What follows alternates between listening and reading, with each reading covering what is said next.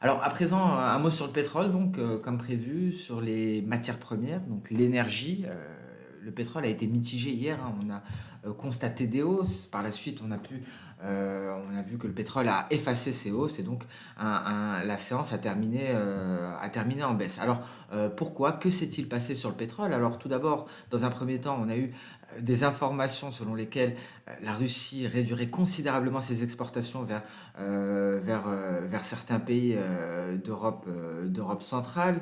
Et donc cela a bien entendu propulsé les prix du pétrole à la hausse. Alors les pays concernés sont la République tchèque, la Slovaquie et la Hongrie. Donc ça c'est pour la première partie de séance. On a donc eu une hausse des prix du pétrole, mais par la suite, donc, cela a permis au WTI de se hisser au-dessus des 90 dollars le baril. Par la suite, on a pris connaissance d'un rapport de l'EIA qui a indiqué une hausse de la production aux États-Unis en 2023. Et donc, ce rapport a permis donc au pétrole d'effacer les précédentes hausses. On est reparti sur les 90 dollars le baril. Et ce rapport montre que la production aux États-Unis en 2023 pourrait être plus élevée que prévu. Pourquoi? Parce que on aura une augmentation en 2022 de 900 000 une augmentation de 900 000 barils par jour, alors qu'avant ce qui était prévu c'était 800 000 barils par jour, donc ça fait 100 000 barils par jour de plus, et cela permettrait d'atteindre 12,8 millions de barils. Alors si c'est le cas, c'est la plus grosse 12,8 millions de barils par jour, hein, aux États-Unis. Si c'est le cas, c'est la plus grosse production jamais enregistrée. Donc c'est vraiment considérable, d'où la réaction des marchés. Mais ça sème tout de même le doute. Euh, on a émis des doutes sur ce rapport-là, de nombreuses analystes doutent de la véracité de ces chiffres.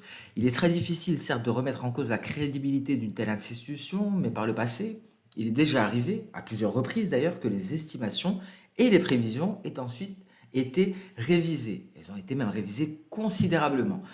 Alors, ça peut être le cas avec les prévisions STEO, parce que les dépenses en capital des compagnies pétrolières sont à leur plus bas depuis de nombreuses années, mais surtout avec les données hebdomadaires sur les stocks de pétrole brut, ou les données hebdomadaires sur la demande, hein, notamment les données hebdomadaires sur la demande. Alors pourquoi c'est le cas? Parce qu'il y a de nombreuses données qui proviennent de sources externes, hein. Ça provient directement des stations essence qui vont communiquer des chiffres, des raffineries.